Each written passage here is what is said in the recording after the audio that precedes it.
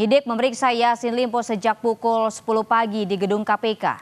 Saat ini penyidik KPK mengembangkan kasus gratifikasi dan pemerasan mantan Menteri Pertanian itu menjadi kasus pencucian uang. Selain di KPK, Yassin Limpo saat ini sedang diadili di Pengadilan Pidana Korupsi dengan dakwaan menerima uang sebesar 44,5 miliar rupiah hasil memeras anak buahnya di Kementerian Pertanian untuk kepentingan pribadi dan keluarga. Tim penyidik Komisi Pemberantasan Korupsi menggeledah rumah adik mantan Menteri Pertanian Syahrul Yassin Limpo di Makassar, Sulawesi Selatan selama 6 jam. Usai menggeledah, tim penyidik KPK membawa 2 koper dan langsung pergi meninggalkan rumah dengan menggunakan 2 mobil. Ketua RW yang diminta menyaksikan penggeledahan menyebut KPK menggeledah 2 kamar. Mantan Mentan Syahrul Yassin Limpo terjerat kasus dugaan pemerasan gratifikasi dan TPPU. Diminta menyaksikan apa itu Pak? Penggeledahan. Iya. Apa yang digeledah Pak? 2 kamar. 2 kamar. Ya. Kamarnya siapa?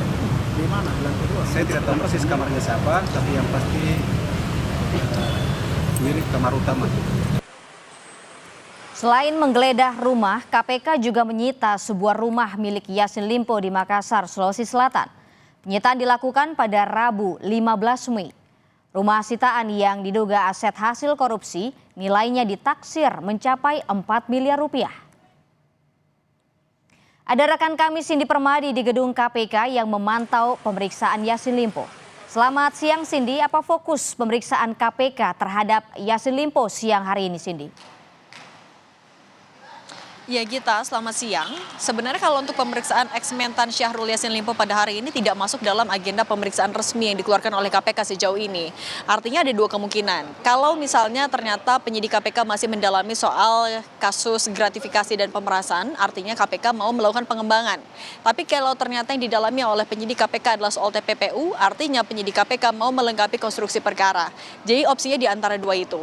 Tapi kalau apa yang sekiranya akan didalami oleh penyidik KPK terhadap ex-mentan Syahrul Yassin Limpo, kita bisa melihat dari beberapa hal yang sudah dilakukan KPK setidaknya dalam waktu 1 minggu terakhir.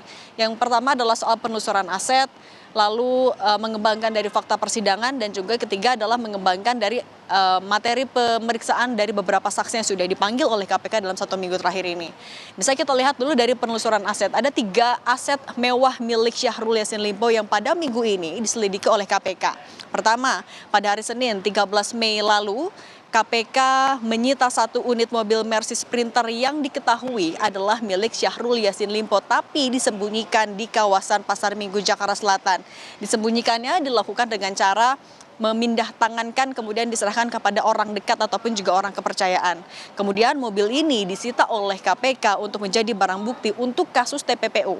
Nah yang kedua, pada hari Rabu 15 Mei 2024, KPK juga menyita 1 rumah mewah milik SYL di Kelurahan Pandang, Kecamatan Panakukang, Makassar. Uang ini diketahui bisa dibeli oleh SYL dari uang yang didapatkan dari tersangka lain, terdakwa lain, yaitu adalah Muhammad Hatta. Muhammad Hatta adalah mantan direktur alat dan mesin pertanian. Ia juga adalah salah satu orang kepercayaan dari SYL. Ditaksir uang rumah mewah ini harganya sekitar 4,5 miliar rupiah dan masih dalam proses pembangunan. Rumah ini juga disewa, tapi untuk pemulihan aset negara. Kemudian yang ketiga, pada hari Kamis kemarin tanggal 16 Mei 2024, KPK juga melakukan penggeledahan rumah adik dari Syahrul Yassin Limpo yang ada di Makassar, yaitu adalah rumah dari Andi Tenri Angka Yassin Limpo. Ada 2 kamar yang digeledah, kemudian juga informasinya sebuah mobil yang terparkir di garasi, dan setelah keluar ada 2 koper yang dibawa oleh KPK. Nah, artinya melihat dari apa yang dilakukan oleh KPK dalam 1 pekan terakhir ini, KPK mau melakukan aset recovery dan juga pendalaman TPPU. Jadi memang ada 2 fokus. Nah kemudian kalau kita melihat dari fakta persidangan yang juga kemungkinan bisa jadi dikonfirmasi kepada Syahrul Yassin Limpo pada hari ini adalah berdasarkan pernyataan dari Ditjen Tanaman Pangan Kementan Bambang Pamuji yang waktu itu pada persidangan menyebutkan kalau Kementan pernah mengirimkan uang sebesar 20 juta rupiah untuk kepentingan dari keluarga SYL, yaitu adalah untuk cucu SYL. Yang permintaan ini disampaikan oleh ajudan SYL. Kemudian yang kedua adalah soal adanya aliran dana yang diduga menuju ke Partai Nasdem. Ini disampaikan oleh Kepala Bagian Umum Dirjen Perkebunan Kementan, Sukim Supandi.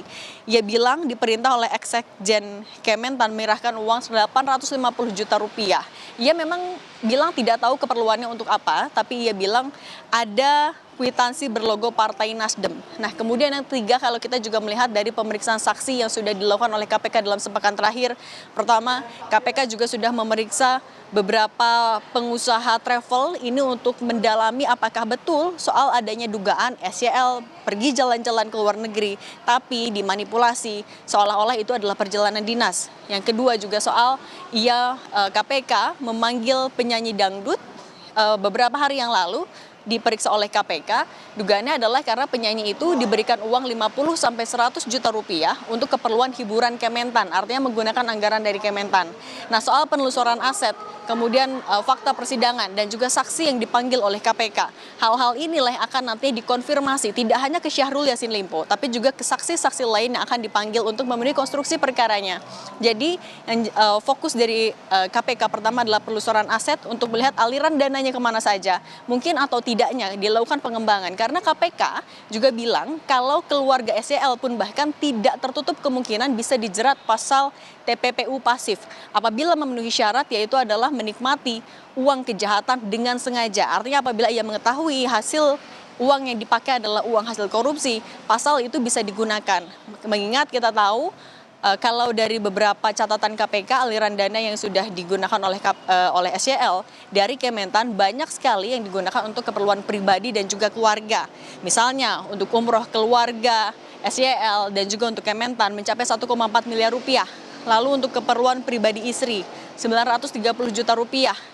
Untuk dokter kecantikan dan onderdil kendaraan anak SYL 111 juta rupiah.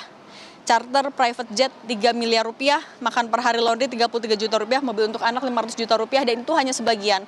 Masih akan terus dilakukan pendalaman oleh KPK. Kita lihat nanti seperti apa prosesnya baik di KPK maupun juga di persidangan. Gita.